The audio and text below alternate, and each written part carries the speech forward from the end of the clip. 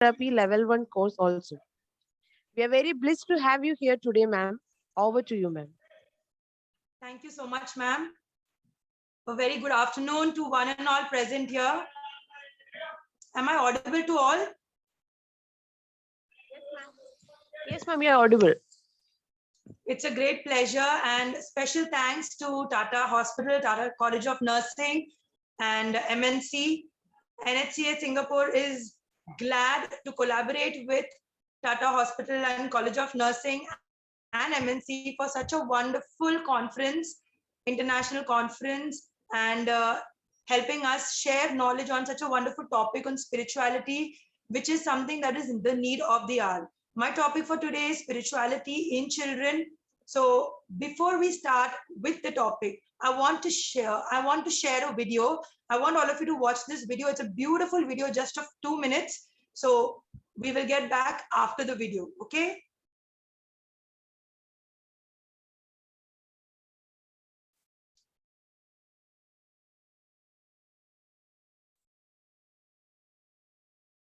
Sound?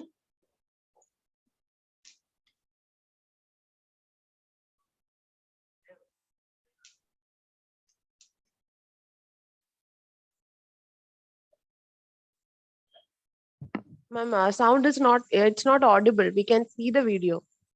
Okay.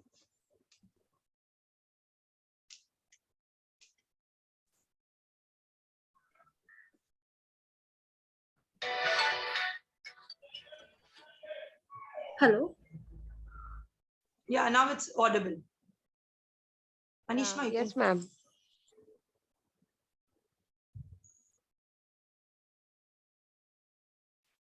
Okay. Okay. Yeah, done.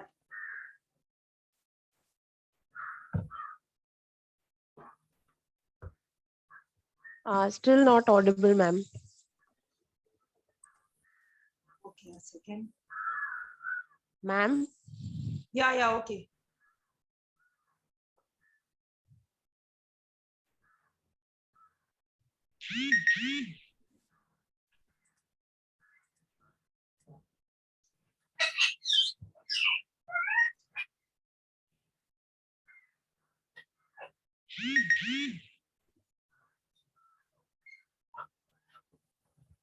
Anishma, please unmute yourself from Zoom account and please restart the video and increase the volume, please.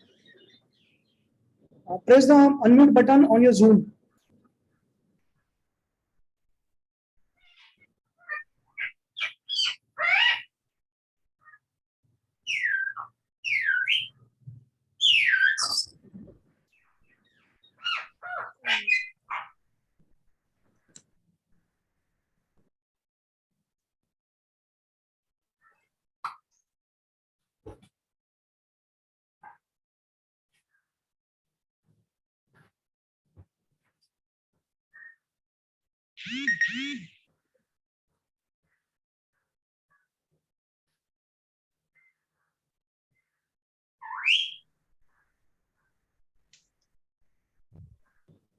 I'll be explaining the video, so don't worry, just watch it.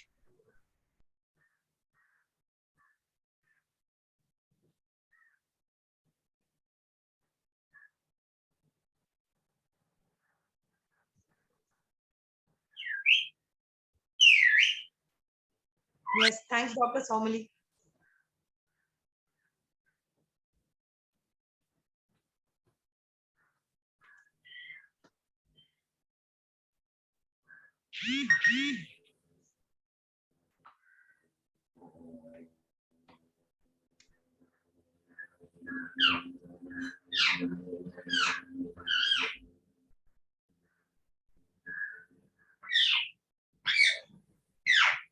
Okay, we can start with the session now.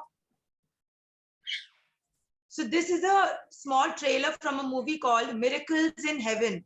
It's a very beautiful movie. If you get a chance, do definitely watch it. It's about a girl called Anna who is suffering from a motility disorder. The disorder, something, it's like a pseudo obstruction. It's a nerve problem because of which she would just throw up and vomit almost every time. She couldn't consume anything. Hyperemesis, you can say. And the fact is that she had 3 siblings, 2 sisters or 1 brother, and a wonderful family. And imagine this girl sits in the family and the family is enjoying a pizza or a burger or French fries, and she is not able to eat it. What kind of a emotion, what kind of a response would a normal child go through in such situations? Come on, I want you to reply on the chat box. Suppose either of us were there and we are not able to eat and everybody around us can eat, or if a child is experiencing something like this, what are some of the responses or emotional responses that people can go through? Come on, tell me. Frustrating, resentment, very good. Yes, anything more? Depression, very good. Self-pity, bad, irritable, very good. I'm so happy all of you are responding. Anger, you feel very inferior. Okay, that's really lovely, and thank you for all your responses. So, but as you watch this movie, you realize that there is so much of spirituality in this family. They believe that there is one God and God is going to heal this girl. And towards the end of the movie, she's so positive after all these problems. She's falling from a tree and she has to undergo even more surgeries, but that fall heals her completely and she is completely healed of all her problems. So that childhood was a bad phase, but later she grew with it and her family supported her greatly. So the reason for me showing this video is that spirituality plays a very, very important role in a child's life, and more than adults. For a child, it is very, very essential. Now, many people think religion and spirituality is the same, but I want to clear it that religion and spirituality is not the same.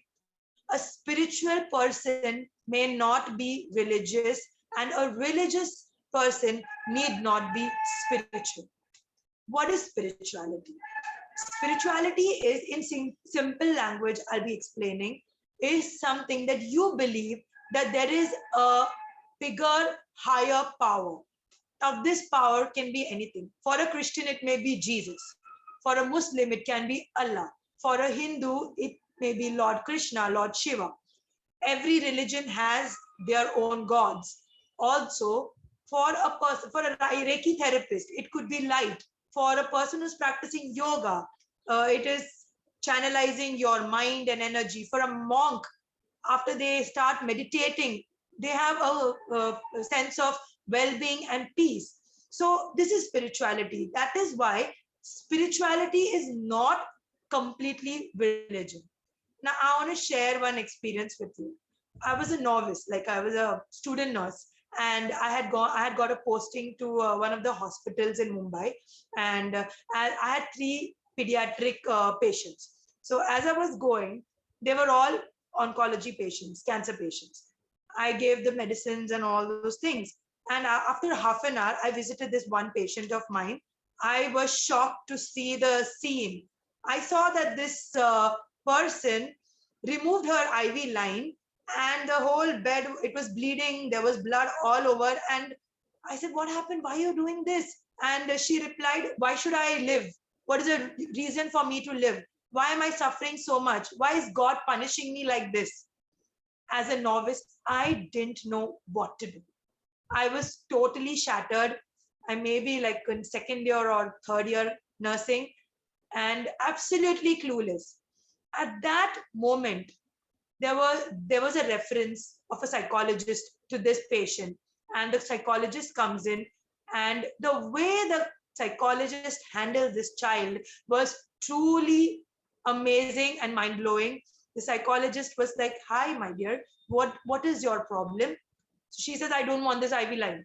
She says, okay, you don't need the IV line. I was like, wow. And after that said, what do you want? I want to have an ice cream. She said, please call for an ice cream. She had some discussion with her consulting doctor, and somehow she convinced him not to put the IV line for some days. She had a very good interaction, and I could see some positive change in this child. This was one of the ways how this doctor tried to get that child out of that anger and irritation, because it was quite some time that she was undergoing her chemotherapy, her medications, her follow-ups to the hospital. It is really frustrating, and no much interaction with the family. So it was a very bad situation, but this psychologist did a wonderful job. This was a negative response to sickness, and the child actually got a good counselor who tried to get her out of that negativity. Recently, I visited Shanti Avedana. There, as I was going, I met a child, and she was suffering from non-Hodgkin's lymphoma, and it was at the 4th stage, and she was going to die in the next 6 months. That's how the doctor said. And I happened to speak to her. She was so positive. I asked her what's her name and how was she feeling, and she said, today I have to go for my dance class. Dance class meaning, in Shanti Vedana, they had put a place where they played music, and some children would just get along and dance and spend time. And I was like, wow, that's something nice. And I asked the mother, is this child aware that she is going to die? And the mother says, yes. And I asked, so mother's telling me you can also talk to her about it. She's okay. I just normally spoke to her. How are you feeling? What is your aim and things? I said, see, I'm going to go to God. All right. I'm going to go to God, and I'm very happy. And I told my mom not to be worried about anything, because God is going to take care of mommy. I was stunned. Have you ever thought about people like this? Have you heard people doing like this? Majority of the children are always having a negative response to sickness or stress or anxiety. And here I see something positive, and I see that she was a Christian. She had the cross in her hand and photos all around her room. And this was something that was motivating her. She was high on spirituality. So one example that I shared you was a negative response, and one was a positive response. So spirituality in children is very, very important. Can we get to the first slide?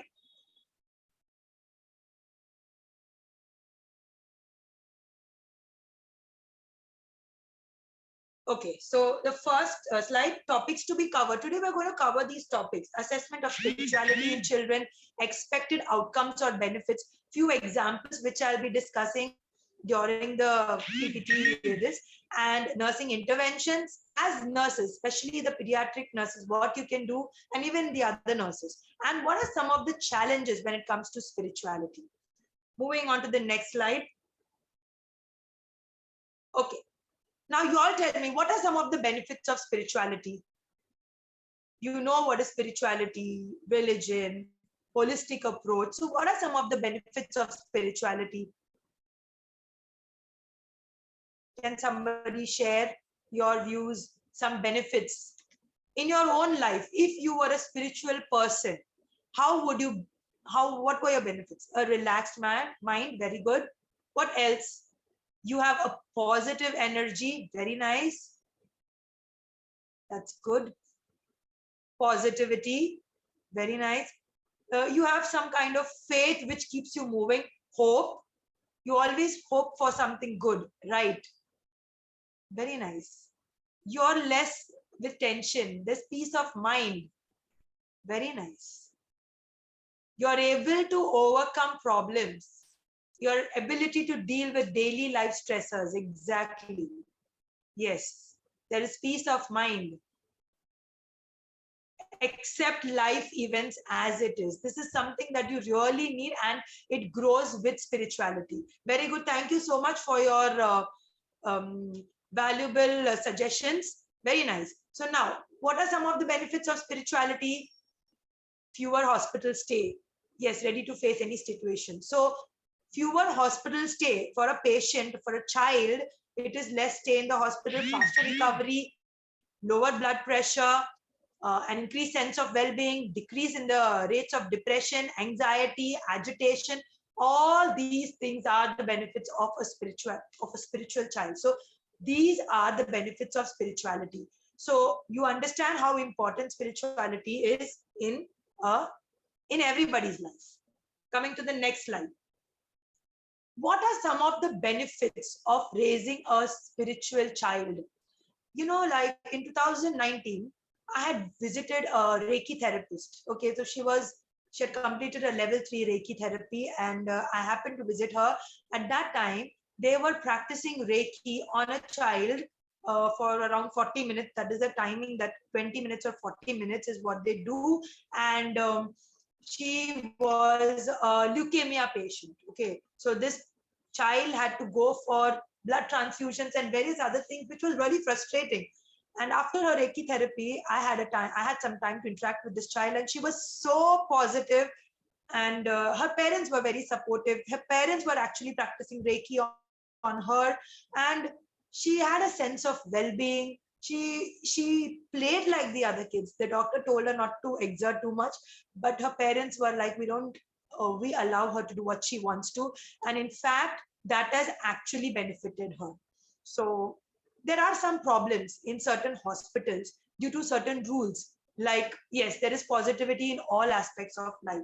So the rules are like, you can't get a statue because that causes infection, especially in specifically highly infected cardiac hospitals. They may say not.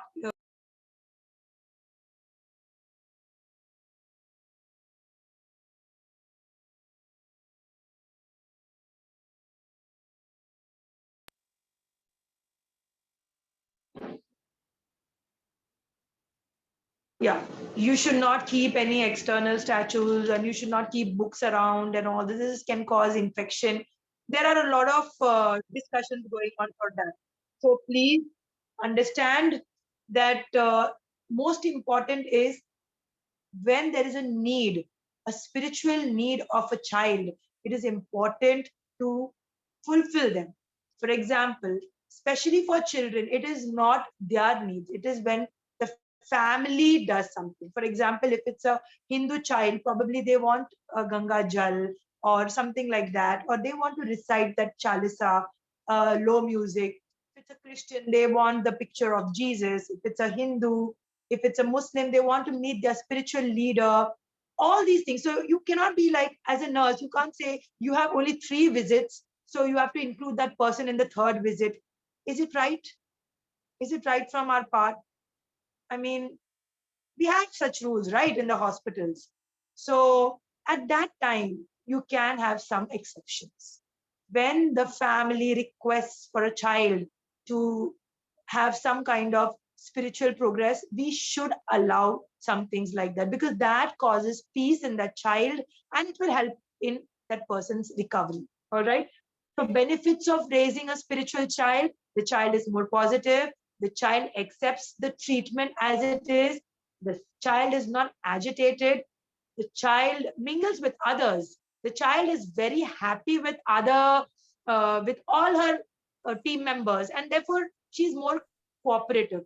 When a child faces some loss in her life, when she is going through a depressive situation, when she is going through a trouble in life, she's able to cope up with that stress. That's the benefit of raising a spiritual child. Coming to the next slide. Assessment. As nurses, it is very, very important to assess the spiritual needs. I have put a FICA tool. There are a lot of tools. Previous speakers have already discussed about spiritual assessment. It is very important. If you are a leader of a hospital where you are able to make some protocols, bring about some changes, we have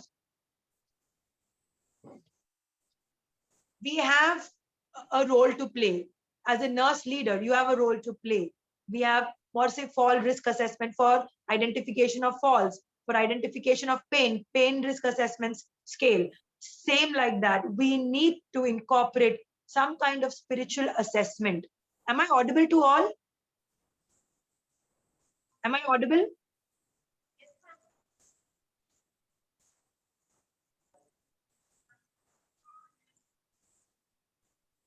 Am I audible? Okay, yeah. So we need to have some kind of spiritual assessment for children and adults. A small one, not a complicated form which you will complicate yourself also and the patient. Small thing. Now this is like PICA tool.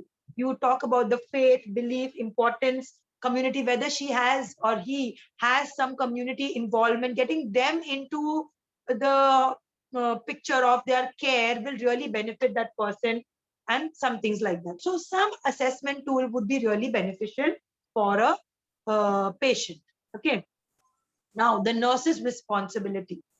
The other day, I was visiting one of the hospitals, and there was a patient.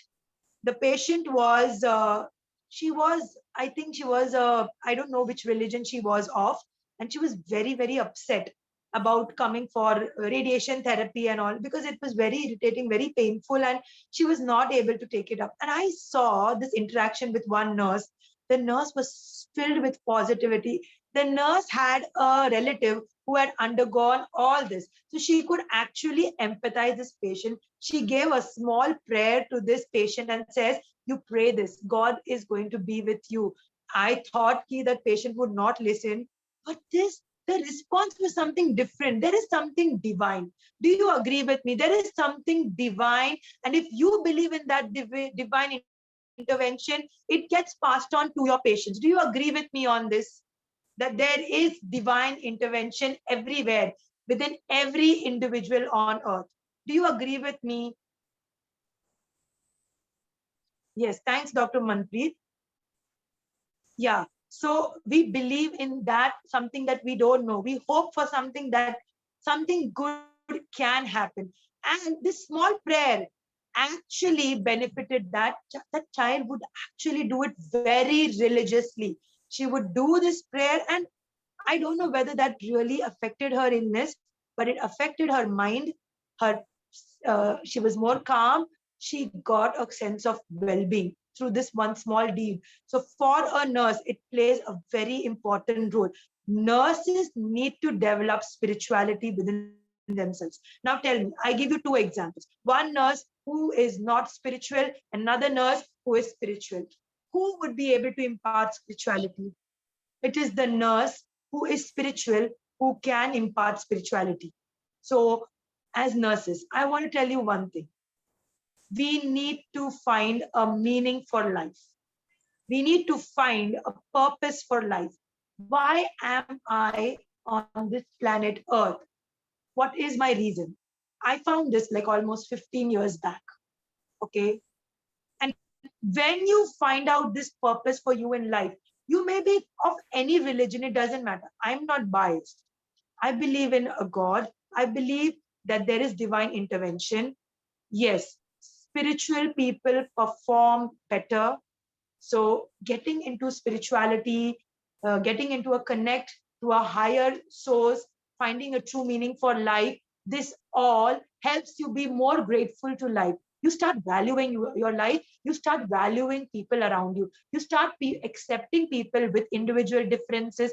You stop comparing yourself to others, because you know that your life is very important and God gave you this beautiful life to enjoy every moment of it. So you have to develop spirituality. So all the nurses out there, all the doctors out there, all the healthcare professionals who are attending this session today, what I want you all to do is, today you have to sit at home, take some time out, and try to introspect. Why am I on this earth? What is the meaning? Try to find out, who is your creator? What is my relation with him? Do I need to change something about myself? Or is there something that I need to improve on? What is my purpose? Do I have to help people out? What is that way? There are some people who can help others by counseling. There are some people who help others as a nurse. Your profession is so good. You are just helping patients every day. Don't you think the nursing profession is good? It is one of the best professions, because every day you're getting to help others. The more you help, the more you have a sense of well-being. What do I need to do? As a nurse, am I doing my job with fullness, with a complete positive mind, or am I complaining? I'm not happy with my job. I'm not happy with my profession. If this is the attitude, how would you be able to impart spirituality to your patients? Absolutely, you won't be able to. And therefore, that search, and there is nothing wrong in spirituality. Nothing. Even an atheist can be spiritual. So I'm not telling you, yes, who am I? What is my purpose in life? I'm telling you, my dear friends, definitely you will find a source, some divine power that will change your life totally. And if you have not done it till now, do it. Do it today. Don't postpone it for tomorrow, day after tomorrow. Find a meaning, and your interaction with other people will be so influential that what you experience you'll be able to share. And imagine, what is more better than a nurse or a doctor being able to change the life of one person? Isn't that interesting? And therefore you must do. I also have a video YouTube channel called as Crucifix Ministry, where I talk about examples and improving on spirituality. You can go through that whenever you are free. It really helps because I get feedback from all religion people, all religions. Okay. It is called as Crucifix Ministry. When you type Dinny Melvin, you can go through that website. There are a lot of life examples that I've shared in that, and you will really benefit. And when you are upset about something and you listen to one of the videos, you may just feel you need to change something about it. So as nurses, I want all of you to dig into yourself and try to develop, get into that spirituality, get more positivity. Okay. So a nurse's responsibility in dealing with spirituality, nurses need to be attentive to experiences, expressions, both of the child and parent. It's like you can't directly ask questions related to spirituality. For pain, you can ask, how much is your pain on a scale of 10? How much is your risk for fall? All this you can ask directly. But what about spiritual? How can I score your spirituality on a scale of 10? Can we ask that? No. So you have to be very, very attentive. Suppose, like you see, I see, like, sometimes when I was taking care of patients, I see this, the mothers are normally spiritual. I don't say that males are not spiritual, but exhibition is more in females. So I see this mother coming to the child and she puts the photo of Lord Ganesha, or, of Jesus Christ, or any one photo, and then it clicks. Okay, this person is a religious person. So I can help her with that kind of a thing. We can ask, do you want a spiritual leader to come and talk to her or pray over her? These are some things that you can really help the patient with. All right. That is a nurse's responsibility. In Vijayawada, there's a hospital which which motivates children for yoga. So all those children who come for various treatments, who are on a long-term patients into the hospitals visiting once or twice in a week, they compulsory tell them to come and attend the meditation and yoga. It is so beautiful. You see children of all ages coming together. So this is one of the examples you can start in your own hospitals. Okay, they come together. It may be around 15 people at one instant. They practice some breathing exercises. Like we had Dr. Pavan who was explaining about breathing and relaxation. And yeah, Dr. Meera ma'am, she was also talking about various chants and different ways how you can express your spirituality. So they come in groups and they discuss about. Then Bhakti Vedanta ma'am was talking about how the hospital has made it a very spiritual hospital. I visited Bhakti Vedanta hospital. When I enter there, I get a very positive vibe there. When I go to Shanti Avedana hospital, I get a very positive. Karuna hospital, Holy Spirit hospital, there is something spiritual in these hospitals, and therefore the patient himself feels so good. So like going back to that Vijayawada hospital, they come together, they practice yoga, meditation, and each child talks about her illness, what drugs she is on, and it's really surprising. They feel so good and they want to discuss. The other child wants to talk more about her medication. So probably you can call it as a diversion therapy, and they have learned to accept the sickness very positively. In various countries like in US and UK and all, there are some hospitals, especially the children hospitals, pediatric hospitals. They have a post called as spiritual wellness coach. Okay, that could be a doctor, a psychologist, or a nurse. I have seen many nurses doing it. This wellness coach is only responsible to take care of the spiritual aspect of the child. And it's so beautiful, that person, because there's a dedicated person for the spirituality of a child. The hospital sponsors her for gifts and also they come, give gifts to the child, gets them. Those who are confined to bed, obviously, you would call 2 or 3 children to talk to them. And if they were not confined to bed, they would go outside, they would go and interact with each other. NHCA has wellness coach, mind therapy, psychology counseling for children, spiritual wellness coach, all these type of courses. And I'll tell you, in the last 6 to 7 years, so many people have benefited out of it.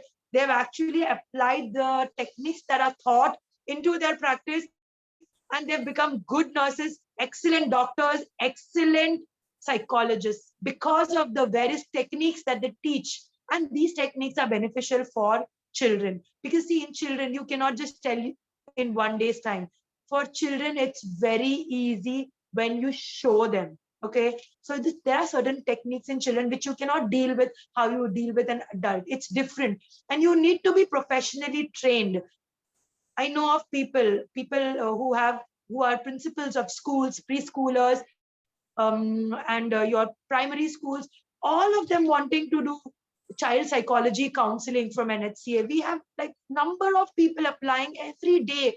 It's not because we have beautiful lectures from great psychologists, and that is because nowadays children are so much filled with negativity, agitation. They're so addicted to movies, TV, mobile phones, that they don't know the true essence of well-being and spiritual wellness. They don't have that awareness of it. And parents are so busy with their work, they don't have an interaction. So when a parent, when a nurse, when a doctor, a psychologist attends the sessions and gets to know these techniques, they try to impart this in the child. And when you impart this in the child, your child, when she's admitted in the hospital, when he's admitted, when he experiences a failure in life, when he has some bad experiences, he is able to cope up with that better than the others. Trust me, this really benefits. Next slide.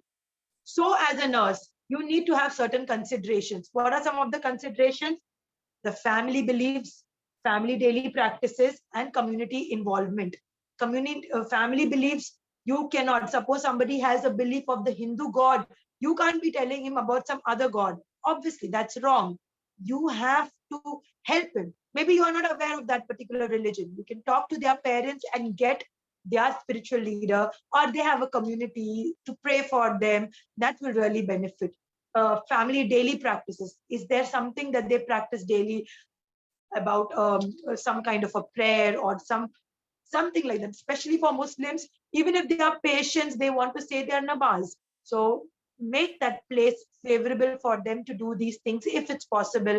And this is how it's from a spiritual background. They want more of peace and happiness. They want an instrumental music to meditate about certain things in life.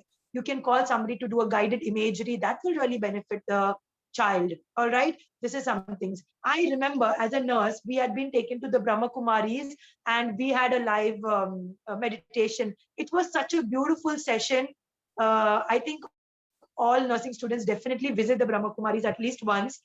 So I feel you should have more sessions of those into the nursing syllabus and more of spirituality in the syllabus, because when you experience spirituality, when you understand its value, only then will you be able to impart it to others.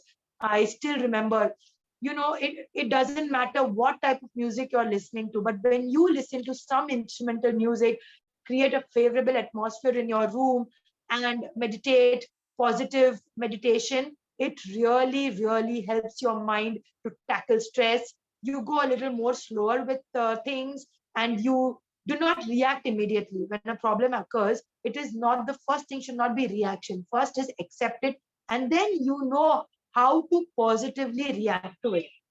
All right. So next slide, going to the next slide. Next slide, we talk about, every time we talk about the patient is the center of the hospital and you need to take care of the patient. The 4 aspects are your physical, social, psychological, and spiritual always plays an important role. So spiritual, next slide. Spiritual well-being is very, very essential. And you have to be trained if you want to impart spiritual wellness into another patient. All right, coming to the next slide. So some of the next slide. So there's some of the interventions. Now you all tell me, give me some new ideas that you can use in all hospitals. I don't want to name certain hospitals, but all hospitals can impart something like this. As nurse leaders, you can start something new. What are some of the things that we can do for children in hospitals? Come on, you all tell me. Let me see how um, how you all can start thinking differently. You can reply on the chat box. How you can increase this kind of spirituality in patients in hospitals. Storytelling, okay, you can gather some of the patients who are around and you can tell them stories, positive stories, yes, scenario based stories, very good. What else? What else?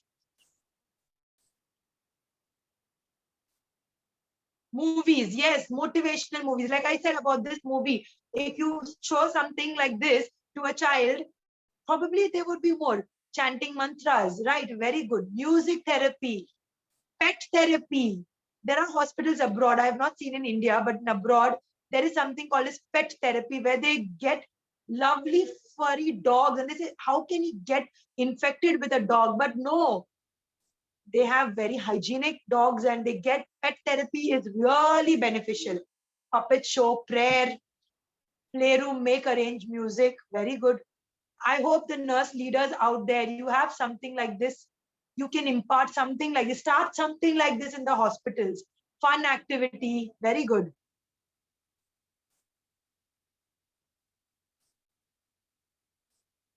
Art therapy, you can give them some wonderful paintings to do. Yoga, right? Most of the hospitals celebrate a yoga day, but let it, you can incorporate yoga for patients and relatives. Like how this hospital in Vijayawada does it, you can also do it. Meditation, guided imagery, live cartoon characters. Wow, that will be very nice for kids. Relaxation techniques. And when you tell them breathe in, you tell them positive things to breathe and breathe out all your negative responses. Children's Day party, yeah, maybe a cake cutting. So there are so much and so much that you can do with children. So some of the interventions are referral. You can refer them to a wellness coach. Okay. You can refer them to a psychologist. Yes, dancing out your feelings. Dancing is an amazing. I'll tell you, all the nurses out there, all the doctors out there, you should dance at least once in your 1 hour in a week. You must just dance. Actually, dancing releases all your stress hormones. You really feel good. If you are not good at dancing, just close your room and dance on any song, and you can message me later, okay, how you feel about it. I love dancing and I really benefit out of it. And I think all nurses and doctors should dance because dancing really benefits and children would enjoy dancing. Okay. Yeah, pictures, statues, active listening. Yeah. Indoor games like carom, snake and ladders, chess. Lovely, lovely. So this is what you have to incorporate. And I think it's not only for children, okay? This can be even for adults. And the thing is, it is when a nurse is already busy with 4 or 5 patients, she cannot do all this. I need to fill my chart and give my medications. How can you tell me to do all these things? Yes, what you're thinking is right. But nurse leaders can recruit some person who will solely be for wellness and positivity. Just like how you have a nurse educator, infection control nurse, a wellness coach should be there. I think this is going to be the next generation of nurses. In your nursing trends, you can add this: a nurse wellness coach, a nurse counselor, a nurse spiritual counselor. That's going to be amazing. I'm telling you, the patients are really going to benefit out of it. Musical devotions, watching videos, real life testimonies. Real life testimonies really play an important role. You know, like I have got many nurses who talk about their personal experiences. Like Suppose they have gone through a parent or an aunt who had suffered from cancer, and when you're talking to a patient with suffering from cancer, when you talk about it, they are absolutely strong and positive about it. So that's really one good point. And then instilling hope, palliative care. The next slide, challenges. Next slide. Yes, biopic movies. Next is challenges. What are some of the challenges as nurses that you face when imparting spirituality? Come on, I need frank answers. I have not mentioned much on the slide. I want answers from you. What are some of the challenges that nurses face?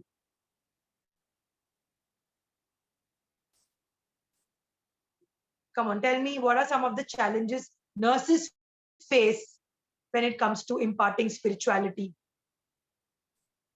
Acceptance from older staff. Yes, very right. That is why we need one person to impart this. It becomes like an nursing intervention. Spirituality should be a nurse's. Hopelessness is adamant. A stigma, correct. This is like too much.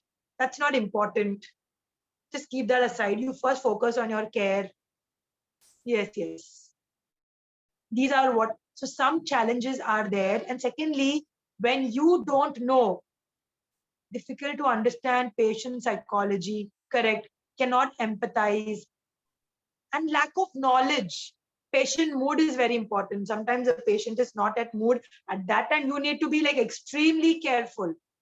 Lack of knowledge. When you don't have proper knowledge about spirituality, how will you impart spirituality?